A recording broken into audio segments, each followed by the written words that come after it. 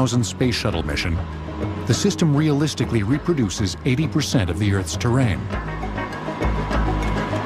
You're over Lake Tahoe right now. This is a photorealistic database where we've taken a digital elevation model and draped aerial photography over top of it. With this technology and with this photorealism that we've got, you can see the ski slopes, you can see the mountains, you can see everything that's out there, and we can provide that technology and that capability on cockpit displays today.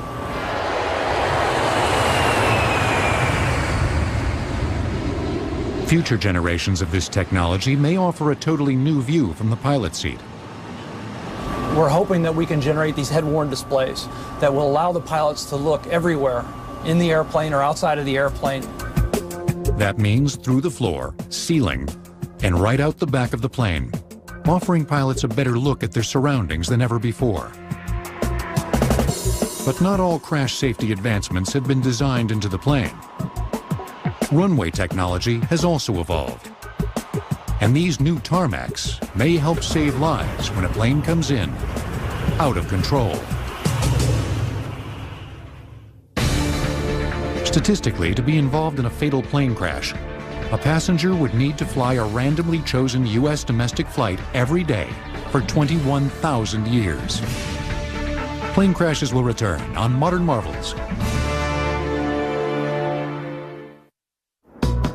On March 5, 2000, Southwest flight number 1455 was on approach into California's Burbank Airport. What should have been a routine landing turned into a near disaster when the plane landed too fast and much further down the runway than allowed. The runway at Burbank Airport is 7,000 feet long, a little bit less than 7,000 feet. He touched down 2,000, 2,500 feet beyond the beginning of the runway. Normally try to touch down the first 1,000, 1,500 feet. The crew frantically tried to stop, but failed. The plane then smashed through the airport retaining fence, into the street, and finally came to rest in a gas station parking lot. Fortunately, everyone survived. Runway safety has become a major issue as aging airports are pushed to handle ever-increasing traffic. New airports are usually constructed on the outskirts of cities, where open space is not an issue. But older airports tend to be surrounded by the cities they serve, with little or no room to lengthen a runway when necessary. One of the things we've seen before is some type of arrestor system at the end of a runway to help slow the aircraft if it does go off the end. And this is certainly beneficial for airports like Burbank that have short runways. Since 1982, overruns have led to 23 fatalities, over 300 injuries, and millions of dollars in aircraft damage. A newly developed device called the Engineered Material Arresting System, or EMAS, may put a stop to these types of plane crashes. Made from porous concrete, the material lines a shallow pit, or is manufactured into small blocks at the end of a runway. As demonstrated by this full-scale crash test, performed in 1996 for the 727, the plane hits the material, sinks in, and skids to a halt. Other runway hazards exist.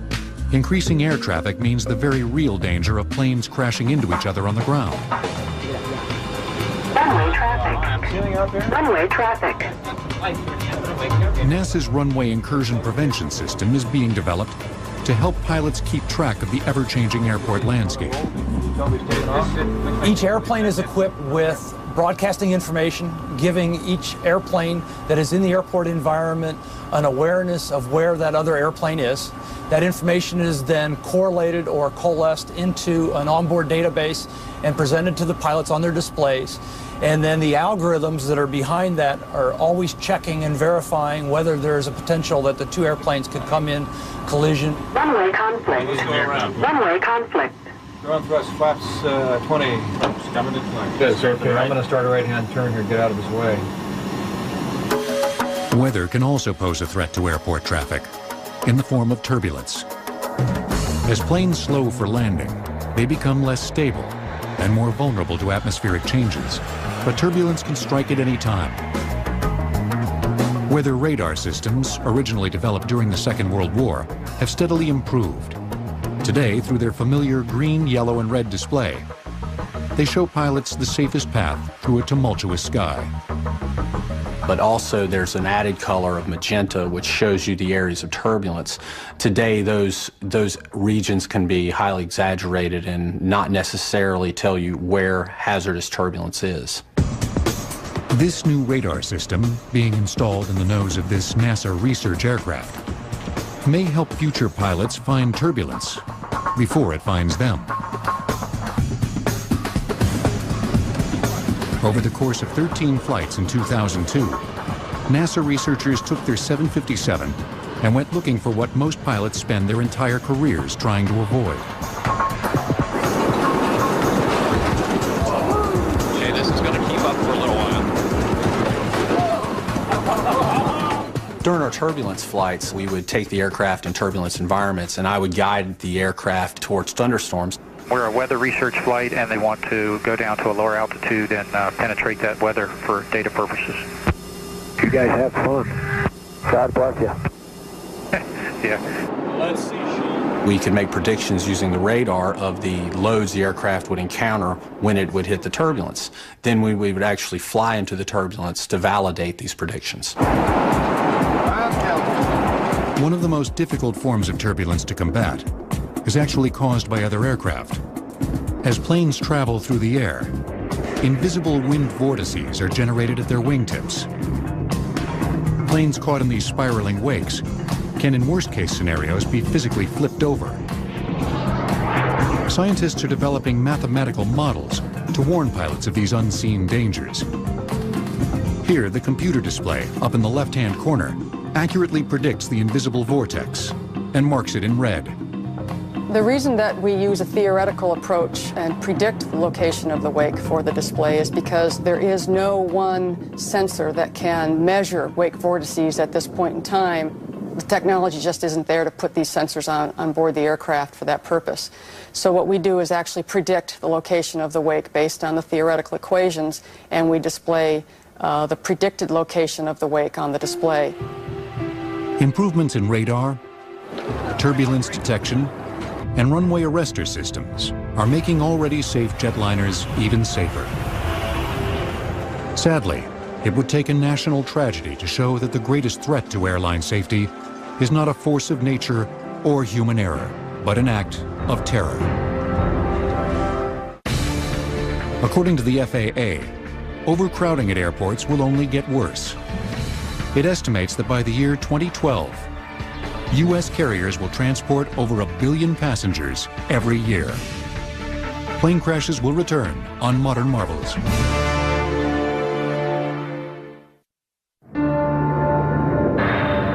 Throughout aviation history, passengers, lawmakers, and safety experts counted on the fact that pilots would do everything in their power to avoid crashes.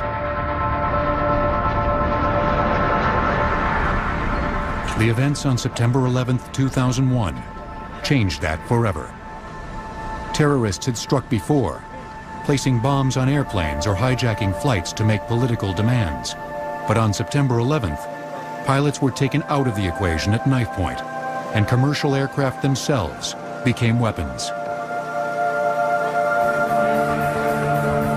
Created on November 19, 2001, the Transportation Security Administration, or TSA, immediately began beefing up security at all passenger airports. For most travelers, better security simply meant longer lines. Today the lines still exist, but they're moving faster.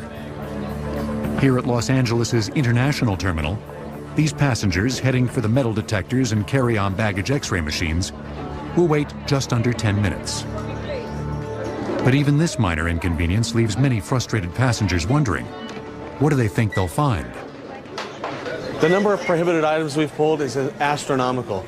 Over 11 million different items we have found at our security checkpoints in our nation's airports. That includes about 1,700 guns. That includes about 60,000 box cutters. That includes 3 million knives. Let me have your bag. Every passenger is checked, even those who clearly pose little threat as terrorists, such as small children and the elderly.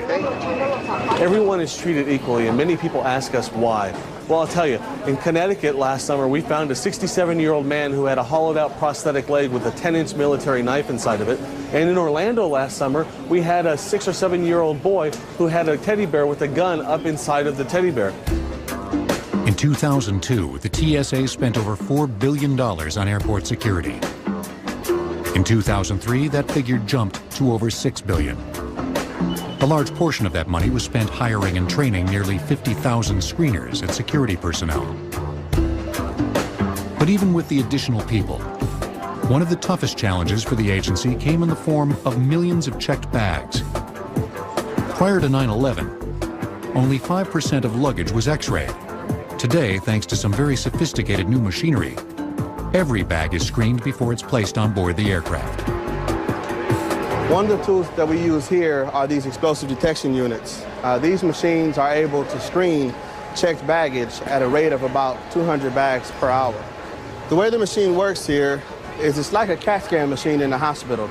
Our X-ray operators can look at the machines and they are able to get slices of the bag in order to determine what's inside.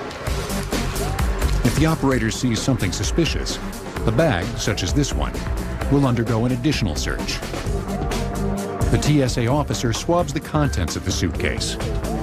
The swab sample is then placed into this machine to detect for traces of explosives. Like many of the airport security systems, this technology is kept secret, but its capabilities are remarkable. This machine is so sensitive, it can detect traces of nitroglycerin found in hand lotion. And we even find traces of fertilizer found on golf clubs, which is pretty amazing. Tremendous security strides have also been made on board the aircraft. One of the most important was making sure potential terrorists couldn't force their way into the cockpit of the plane. Well, aircraft hardening certainly is at the forefront of the things that were discussed post 9/11, not the least of which was the flight deck door. If you had seen a flight deck door before 9/11 and seen one afterwards, you can definitely tell the difference just from looking at it. In some cases, weighing nearly 90 pounds, the new doors are made from bulletproof Kevlar reinforced with steel. The new design, which has been installed on every domestic aircraft, makes it virtually impossible for even well-armed terrorists to take control of the plane. But one of the most controversial security issues actually involved putting weapons onto the aircraft. The Federal Flight Deck program trains pilots that have been accepted into the program to the same standard that they treat and train every other federal law enforcement officer, whether it's FBI or BATF or Federal Air Marshal. They're trained to that standard. On April 19, 2003, 44 pilots made up the first graduating class.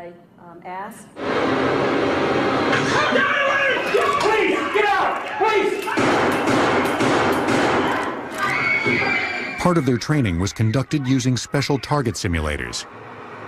The video allows them to experience the adrenaline of an armed attack, while the laser pistol records the location and accuracy of each shot.